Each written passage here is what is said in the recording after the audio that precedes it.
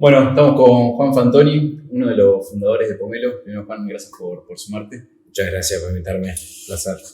No, por favor. El otro día estaba mirando, nosotros somos una empresa también que está muy vinculada con el sector financiero, y hoy el 80% de las transacciones hoy se hacen en efectivo. ¿Cómo ves eso? Ustedes están trabajando mucho en el sector. ¿Cuál es la idea de Pomelo y qué vienen a buscar resolver?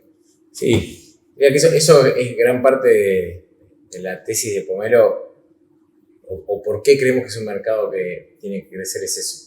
En Latinoamérica, como dijiste, 8 cada 10 son en efectivo, 20 se hacen con algún medio virtual, y vos ves otros países mucho más avanzados donde eso llega a ser el 90% un método de pago y 10% efectivo. Entonces, hacia ahí creemos que van todos los países. Cuando vos ves la penetración de medios de pago electrónicos, es que es más alto en todos los países. Así que ese es como el espacio donde jugamos, y nosotros justamente ayudamos a distintas empresas que van a atacar eso, que van a tratar de resolver eso. Okay. ¿Y ahí cómo ayudan a que las personas puedan empezar a digitalizarse de alguna manera? Bueno, te tengo que contar que es Pomelo. Sí. Te lo voy a decir primero con palabras difíciles y después te lo... Pomelo es infraestructura para empresas de servicios financieros. Okay.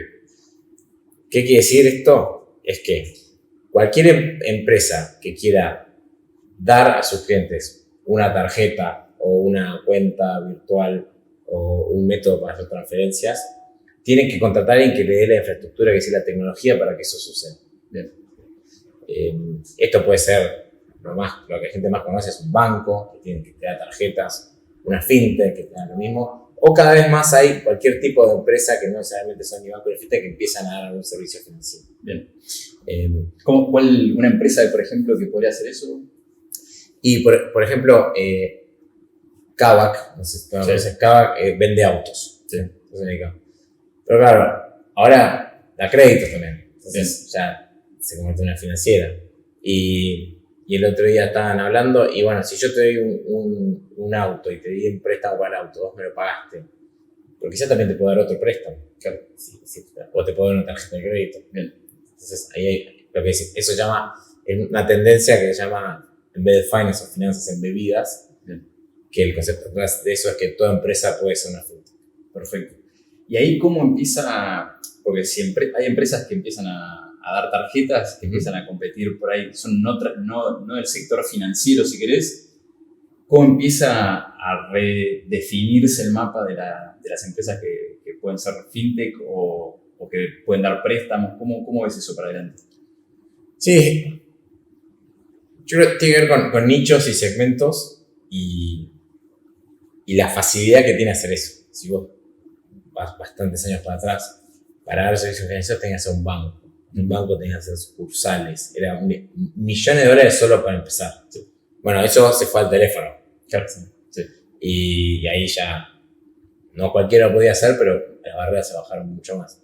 Y ahora con players como nosotros, no solo en el teléfono, sino que gran parte de lo que tenés que hacer ya está construido. Entonces hay muy poco delta de desarrollo para construir, para lanzar productos financieros. Okay. Eso hace que pueda ser muy chico. Y ahí es donde entran los nichos. Entonces, otro caso, a mí un caso que me gusta mucho es Rappi, por ejemplo, tiene varios casos de usos a lo largo de su empresa donde dan servicios financieros.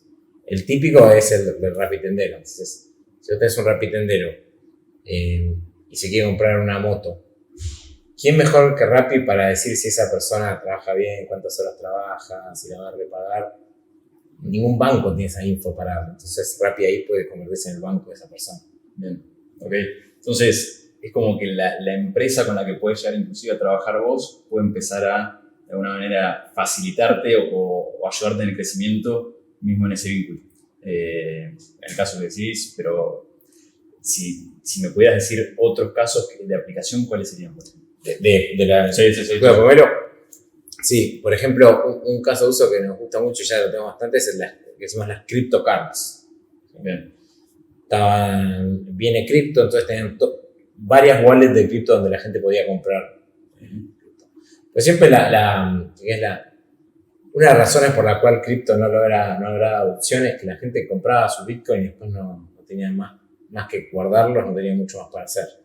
Entonces nosotros a esas empresas le dimos la tecnología para que puedan meter una tarjeta, entonces que vos puedas comprar un café en la esquina pasando esa tarjeta y consumiendo Bitcoin directamente. Está buenísimo. Y ahí, porque me imagino que hay otras empresas que pueden prestar el mismo servicio, ¿cómo se diferencian de esas empresas? Sí. Hoy el 98% del mercado de LATAM de tarjetas está ocupado por empresas locales, una por país, construidas hace 30, 40 años. Con tecnología construida hace 30, 40 años. ¿Sí? Pues cada cambio es mucho más lento. Sí, esto le pasa al famoso sistema legacy, a muchos bancos también le pasa. Tiene unos sistemas que realmente hoy no pueden avanzar y no pueden hacer catch-up. Y además muy locales. Claro. Entonces, ¿cómo es muy distinto a eso? Bueno, tecnología moderna, con otra escalabilidad, desarrollada toda por nosotros. Muchos de nuestros competidores no son empresas de tecnología, son empresas que compraron un software, lo operan, entonces les cuesta mucho operarlo. Y a nivel LATAM. Entonces, nuestros clientes, lo que ven en nosotros es, yo salgo a comer en un país y mi próximo país lo tengo regalado, digamos, porque a nivel de desarrollo es casi cero. Tal cual. Antes por ahí era una barrera de entrada esa, o sea que vos tenías que tener una infraestructura súper compleja y ahora lo que estás de alguna manera haciendo es reducir el tiempo de implementación de la tarjeta. En forma tradicional, ¿cuánto se tardaba en poner una tarjeta como la que me decías de Rappi en el mercado? Sí. Más o menos 18 meses. Okay. Hasta a veces un poco más. Bien. Y nosotros ahora, hace poco, lanzamos una en 20 días. Tremendo. Que es ahorro de tiempo y sobre todo de time to market, de poder empezar a usar la tarjeta en el mercado. Y ustedes, o sea, tienen 2 años. 2 años. ¿Cómo fue que vieron la oportunidad y se animaron? Porque digamos, vos laburabas en una empresa de tarjetas. ¿Cómo fue el salto ese? Primero ver la oportunidad y después animarse a emprender. Sí. La historia así resumida es fue mitad de la pandemia. Bueno, esos fines de semana del lockdown. Sí. Que no podías hacer nada en tu casa. Yo venía con... O sea, de donde yo trabajaba, yo tenía a cargo fintech en Mastercard. Era muy fácil verlo. Todas las fintechs estaban con el mismo dolor. Entonces, el problema no podía ver más claro. Y en ese fin de semana de lockdown dije, bueno, voy a armar un deck de cómo sería una empresa para resolver esto. Sin muchos, o sea, no es que no sabía para qué lo estaba haciendo. Lo hice, lo armé. Y se lo empecé a compartir a gente. Se compartí un venture capital que conocía, a un par de CEO de empresas, de fintechs. Entonces, el VC me llama y me dice, che, hay algo. O sea, bueno, el CEO de la fintech me dice, esto es algo que nosotros necesitamos. Y el tercero, que era el CEO de Naranja X, que era Tony Irigoyen, me dice, vamos a almorzar. Y me dice, yo mañana me voy a Naranja X y estoy empezando a armar algo. Que es mi actual socio. Y además estaba Hernán Corral, que también trabajaba en Naranja X, en una situación parecida. Y ahí nos pusimos a hablar.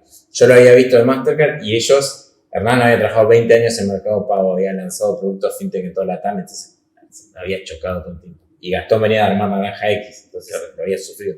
Entonces los tres lo habíamos visto desde ópticas distintas. Y ahí nos juntamos, empezamos a hablar. Pasamos bastante tiempo desafiando si era la idea correcta. De hecho, le hicimos competir con 2 más. Si éramos los fondos correctos también. ¿Y cómo fue eso de definir si eran los correctos o no? Bueno, hablamos mucho de roles, por ejemplo, qué roles iba a ocupar cada uno, de toma de decisiones también. Y ahí nos dimos cuenta que cada uno tenía una expertise en el que iba a poder performar y decidir que los otros no lo tenían. Y eso complementó muy bien. Y ahí, si digamos, pudieras identificar las habilidades de cada uno y vos, digamos, la idea surge de vos, pero termina siendo Gastón el CEO, ¿cómo cómo analizaron eso? Sí, era obvio. Yo ahora era obvio. Gastón venía de ser 2 años CEO de una fintech. Y antes había tenido una startup y tenía experiencia de fundraising. Entonces, para ser CEO y para fundraising estaba claro que Hernán había sido 12 años producto de Mercado Pago y después había armado otra también Naranja X. Entonces, el producto, el producto de fintech, Hernán, no sé si hay en Latinoamérica gente que trabaja en fintech hace tanto. O sea, y después yo venía justamente de desarrollar negocios en Mastercard, de ventas, a exactamente esto, a empresas que necesitaban B2B, necesitaban desarrollar esto. Entonces, estaba claro, nosotros siempre en chiste decimos que Gastón junta la plata, Hernán se la gasta haciendo el producto y yo la recupero vendiendo. Así que hay que girar la rueda. Sí. Y los tres veníamos de hacer eso, claro, fue muy natural. Sí. Y en el proceso, digamos, vos armás el equipo, ves la oportunidad, pero hay muchas personas que buscan levantar plata con sus empresas o tienen una idea y hacen todo el camino, arman el deck, lo mismo que hiciste vos, pero no llegan a ese lugar. ¿Qué crees que tiene que haber del equipo y también del proyecto de la empresa para que te invierta inclusive tus amigos, tu familia o un venture capital y que después eso lo puedas trasladar a una empresa que funcione bien? Sí. A ver, yo digo de nuestro caso, ¿por qué creo que la parte de fundraising fue exitosa? Creo que hay 3 cosas que son muy importantes. La primera es la tesis. O sea, yo creo que la tesis por lo menos tiene mucho sentido, es una necesidad latente. Si estás en la industria es muy obvia, además, ¿no? Es indiscutible que hacía falta eso y muy grande. Entonces, a nivel tesis, que tampoco, esto es importante, tampoco es una idea revolucionaria, no es que no había una rueda y tampoco una rueda. Había empresas que estaban haciendo esto que no eran las que se necesitaban para lo que viene. Entonces, la tesis era muy clara. Se necesita esto y lo que lo ofrecen no lo ofrecen bien. Después, para mí, el Founders Fit. ¿Sí? Los 3 lo habíamos sufrido y vivido. Eso es muy importante porque lo segundo que te pregunto en inversores, bueno, el problema sí está bien, pero ¿por qué vos lo vas a resolver? Los 3 lo habíamos sufrido, entonces sabíamos cómo resolverlo. Y además esta combinación que te comentaba, que además de haberlo vivido, los complementábamos muy bien.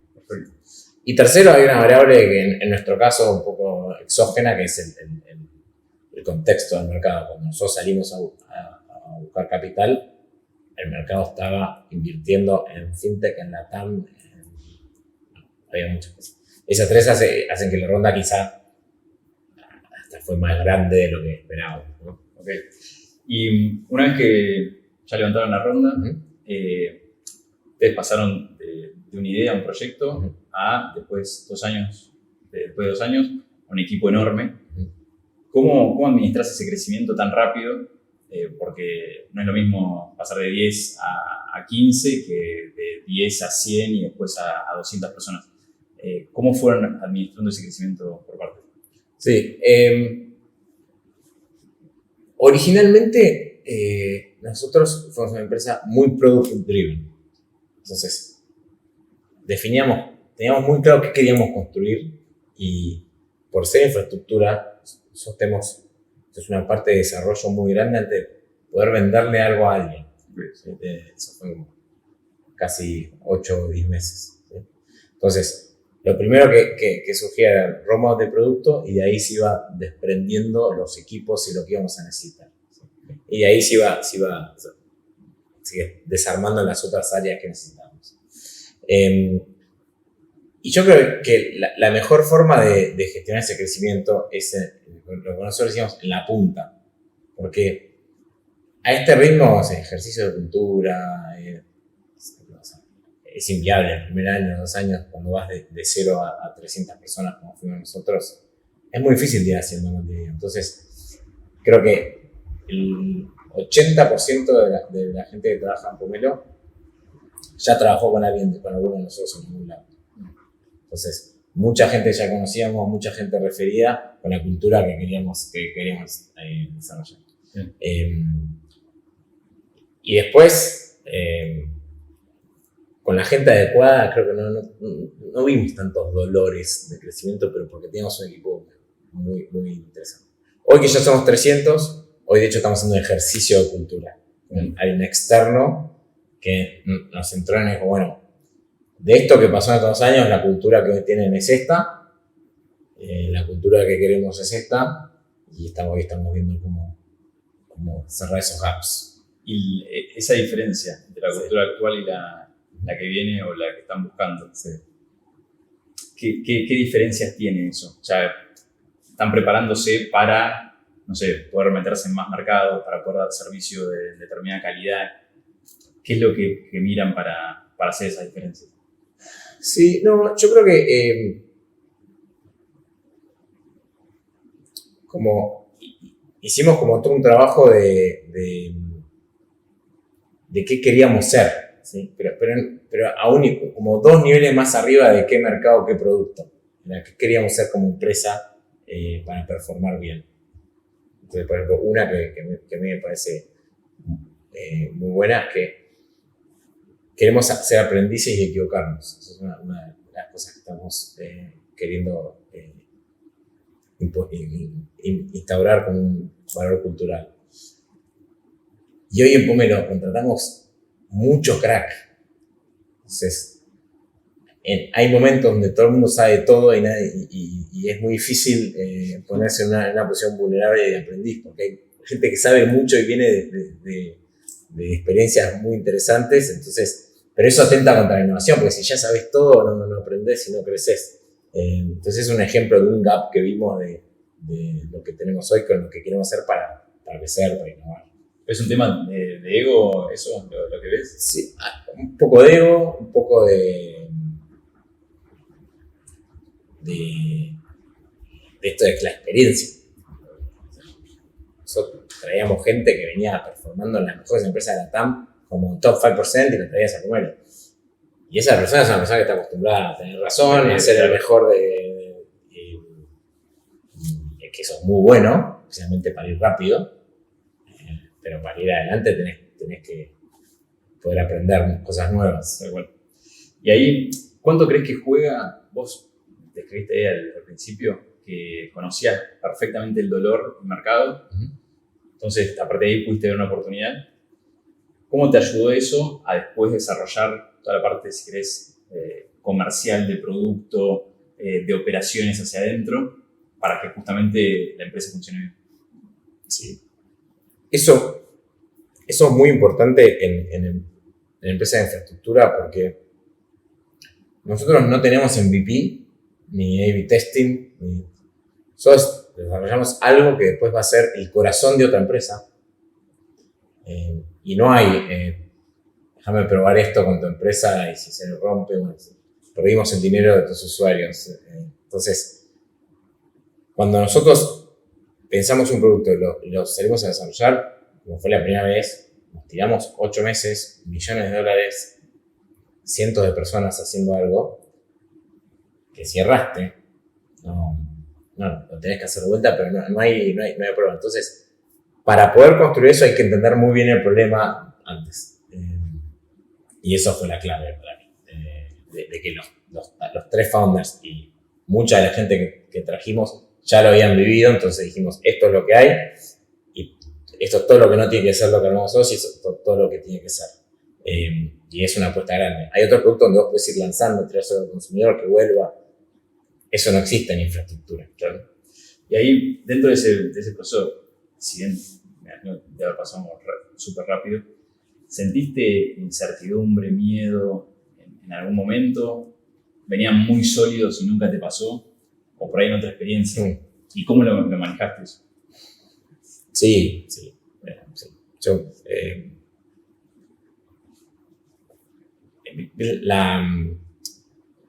la rueda que les conté que Gastón junta la plata, Hernán se la gasta el producto y yo a vender, bueno, también va en ese orden. Entonces, si bien los tres hacemos todo, pero cada uno tiene como su. Entonces, me acuerdo que al principio de todo, Gastón cierra la ronda, buenísimo. Hernán arma el producto, buenísimo. Y fue como, te sentí el reflector como, y ahora te toca a vos. Y esto que dijiste que se le ibas a poder vender a todo el mundo y todo el mundo estaba esperando, va a suceder o no. Y eso sí genera mucha ansiedad, mucho miedo. Nosotros también en B2B infraestructura, vos no puedes lanzar un producto, vos tenés que lanzar un cliente. Claro. Entonces, si vas a tener el producto listo en 2 meses, a tu cliente se lo tenés que vender hoy para poder lanzarlo en 2 meses. Entonces le estás vendiendo algo que no tenés. Y vender algo que no tenés es muy difícil, porque no puedes mostrar, te tiene que creer, tienes que darle una credibilidad que no se la puedes demostrar. Y hasta que no cerré, nosotros le decimos unicorn accounts, las empresas unicornio, hasta que no cerré una de esas, ese miedo no se me fue. Hoy tengo otras cosas, pero creo que el miedo no está. Y a partir de ahí, ¿cómo fuiste perfeccionando todo el área comercial? ¿Cómo es el proceso de ventas? ¿Qué es de ustedes? Sí. Yo creo, lo primero para mí, antes de mandarte a armar equipo o ver cómo vas a vender, es a quién. Entonces, para mí fue muy importante identificar un segmento donde estábamos viendo Product Market Fit, tracción, y eso lo hice, los primeros 3 meses yo era el único vendedor. Entonces, hasta que identifiqué dónde era y pude enfocar los esfuerzos ahí. Y yo digo, business development, que salía a vender a empresas nuevas, calificar los leads es lo más importante, porque a veces el universo es gigante y bueno, no puedes ir a buscar a todos. Entonces hay que evitar los turistas. ¿Qué pasa? Los turistas son esas empresas o personas dentro de empresas que tienen curiosidad de lo que querés vender. Te puedes pasar un año hablando con turistas, porque además el turista capaz es de una mega empresa, que decís, esto me pone en otro lugar, pero hay que leer si es un turista o no. Entonces, eso es más nada. Bueno, y una vez que definimos eso, armamos el equipo de venta. Nosotros como tenemos organizado, es en cada país que tenemos, que salimos, tenemos o un head of sales o un country manager que cumple también ese rol. Después tenemos lo que decimos hunters, que salen a buscar cuentas nuevas. Y después tenemos farmers, que son los que una vez que tienen la cuenta se preocupan porque esa cuenta esté bien atendida, cuidada y ver qué otro producto de Pomelo puede ofrecer. Y después tenemos una cosa que es transversal a toda la región, que es SDRs o BDRs, que son los que califican los leads. Que se aseguran de que lo que llega sea interesante. Sea de calidad. Y después tenemos otra parte que es muy importante en esta industria, que es el área de integraciones. Okay. Una vez que alguien que lanzó una tarjeta con nosotros, tiene un proceso de integración, que nosotros tenemos un equipo que ayuda al cliente a esto que te dije que fue en 20 días, es porque tenemos a alguien que lo guía en ese proceso para lanzar. Eso te diría que es la base, y hoy también estamos desarrollando lo que le decimos partnerships, otros canales de venta que no es necesariamente directo a nosotros. Bien. Y ahí en ese proceso vos nombraste distintas figuras sí. o roles.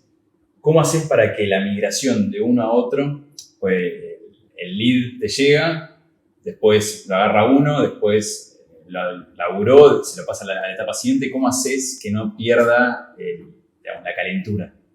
Sí, lo que yo digo, el hunter, esa persona está hasta que el cliente está en vivo. No solo cierra la venta y se va. Okay. Cierra la venta y hasta que el producto no está funcionando no puede soltar. Recién ahí entra otro jugador que además tiene otros skills que son más necesarios en ese momento. Entonces al cliente también le ayuda más tener ese tipo de personas. Pero eso, para mí es muy importante que el que vendió algo esté hasta el final. Primero porque es el que tiene la relación y la confianza, pero además Porque lo que te puede pasar si no es que vendan cosas que después no son reales. Entonces, para mí hay que alinear los incentivos para que las ventas sean buenas, que vendas exactamente, que no haya overpromise o que sea exactamente hasta el final. Bien. Y ahí vos hablabas del hunter, que es el que va de alguna manera, o es el prospectador. No, este es el que cierra las closer. Okay. Sí. Prospectadores son los otros que tienen claro, la etapa anterior. ¿Cómo haces? Pues muchos negocios hoy, no sé, más tradicionales, a la calle o por ahí más industriales, llega la oportunidad con un negocio particular, pero son más receptivos que salir a buscarlo. Sí. ¿Cómo es la figura del prospectador y en qué los ayuda a ustedes a incrementar, si querés, dentro del funnel de ventas? Sí. Los prospectadores nosotros tenemos tanto para inbound como para outbound. ¿Cuál es la diferencia para el perfecto. Inbound es los clientes que llegan a nosotros de alguna forma. De hecho, creo que un gran trabajo que hizo el equipo de marketing de Pomelo, nosotros somos muy ruidosos en redes sociales, en prensa, y eso es justamente para generar esto, para generar inbound, que la gente te conozca y te vengan a buscar. Entonces, vienen o nos llaman o entran por la página y llegan. Y este prospectador es el que agarra ese lead, identifica si es lo decimos, calificado o el turista. ¿No? Entonces, eso es muy importante porque si te llegan 1000 y los atendés a todos, se te fue el día. ¿Está bueno? Entonces, eso. Y después salen a buscar potenciales clientes y se los pasan al hunter, ¿no? Y ahí, también algo que hablé hace un rato, ahí es muy importante definir bien quiénes son tus segmentos. Por ejemplo, nosotros, la CryptoCard que te comenté, nosotros nos dimos cuenta que las cripto necesitaban una tarjeta y que el tipo de empresa que son las cripto, en nosotros veía algo muy familiar, claro, una empresa joven, del mismo estilo. Entonces, cuando íbamos a competir con una cripto, la más grande, la más chica, ganábamos siempre nos preocupé. Entonces, el prospectador cripto lo tiene, o sea, nace una empresa de cripto, pum, la vamos a buscar. Bien. Entonces, eso es muy importante. Y también ahí buscas un perfil determinado. Es decir, dentro de la estructura de esa empresa vas y buscas al que después llame. Claro. Bien. Y ahora, vinculado con esto, pero yendo a la parte de internacionalización. Vos decías que tenías country managers en cada uno de los lugares. ¿Cómo haces para desembarcar en un lugar? ¿Cómo es el proceso de Pomelo para llegar a cualquier cosa? Ya están en Brasil, pero ¿cómo fue ese proceso de desembarcar ahí? Sí, hoy estamos en 5 países. Nosotros, por la naturaleza de nuestro negocio, lo primero que hacemos es un análisis regulatorio. Cómo es la regulación y cómo nuestros productos se adaptan. Eso te hace, por ejemplo, hasta descartar algunos países, ¿sí? O priorizar unos sobre otros. Entonces, primero es eso. Después, traemos a alguien de producto de ese país para que pueda adaptar el producto a ese mercado. Bien. Y recién ahí, después viene la parte así que es comercial, que al principio se empieza a hacer medio remoto y después ponemos a alguien local, que en nuestra industria la localidad es importante también. Y recién ahí entra esa persona que empieza, tiene el rol también de country manager, a armar la oficina y a generar los primeros contactos. ¿Por qué crees que la localidad es importante? A nosotros también nos pasa. Sí, es muy importante. Porque esta venta que es top-down, o sea, es de uno a uno, ¿sí? Tiene mucho de confianza. ¿Sí? Y cuando vos contratás a un ejecutivo, por ejemplo, que está en el mercado hace 10 años, tiene un equity que el mercado ya lo valora más allá de que para qué empresa trabaja. Claro. Y eso es muy difícil de trasladar si no sos de ese mercado. Claro. El hecho de poder primero hablar el mismo idioma, en caso de Brasil, portugués. Sí, bueno, eso ni hablar. Sí. Pero el mismo el tono. A nosotros nos pasa, por lo menos cuando nos desarrollamos, si voy yo a vender, ya saben que probablemente no vivo ahí, que no conozca, no tenga la confianza. Y después, dentro de esa primera etapa, se instala, empieza a desarrollar, pero ¿cómo es el crecimiento ya más en el país? ¿Cómo van desarrollándose ahí? Sí. Ahí depende. La parte regulatoria también influye porque a veces que en países tenemos algunas licencias y eso ya te exige una estructura. Okay. Y si no, vamos por verticales. Nosotros tenemos una organización matricial. Entonces, por ejemplo, tenemos un área de producto, la mayoría de las personas están, los headquarters en Argentina, la mayoría de las personas están en Argentina y la persona de producto de ese país reporta la estructura del producto. Okay. Lo mismo finanzas. Arma una persona. Al principio, típicamente, se empieza a manejar central y después, a medida que escala, se pone una persona, operaciones igual. Entonces, terminas teniendo en cada país un country manager con foco comercial y después personas de todas las otras verticales. Bien. Ustedes de alguna manera lo que están haciendo es acelerar un proceso de digitalización y bancarización, si querés, de las personas. ¿Cómo ves hacia adelante ese nuevo mundo, si querés, con las personas ya más bancarizadas? ¿Qué rol juegan los bancos? ¿Qué rol juegan las fintech ahí en el proceso? Sí. Bueno, primero, hay espacio para todos. Entonces, los famosos 80-20 de cash y medios electrónicos, todavía hay mucho espacio para crecer. Creo que la fintech van a jugar un rol muy importante, especialmente a segmentos o especialmente base en la pirámide. Los bancos históricamente han sido muy malos atendiéndolos. Entonces, ahí la fintech van a jugar un rol muy importante. Creo que va a haber mucha diferencia entre los bancos que se digitalicen y se muevan rápido versus a los lentos. Ya se ven. Hoy es increíble ver un banco lento y un banco rápido. Son mundos distintos. Entonces va a haber ganadores en los bancos también. Y más nicho. Okay. Servicios financieros en nicho brindados por o una fintech específica de ese nicho o una empresa específica de ese nicho. Bien. Bueno, perfecto. Che, y si tuvieras que, no sé, recomendar a una persona que está metiendo a desarrollar su propia empresa en el sector, ¿qué le recomendarías primero antes de empezar? Esto que vos decías, por ahí la oportunidad, el equipo. ¿Cómo si tuvieras que hacerlo de nuevo, qué checklist harías? Mira, a mí hay algo que, esto es muy personal, ¿no? Pero yo no creo que haya que emprender por emprender. Yo veo mucha gente que dice, bueno, quiero emprender, a ver qué se me ocurre, a ver quién tiene una idea. Ojo, a veces funciona súper bien, ¿eh? Después eso digo, es muy personal. Yo creo que para emprender hay que primero identificar un problema o una oportunidad muy clara.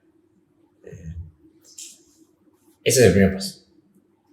Después creo que tenés que ser vos o las personas involucradas las correctas para resolverlas por algo.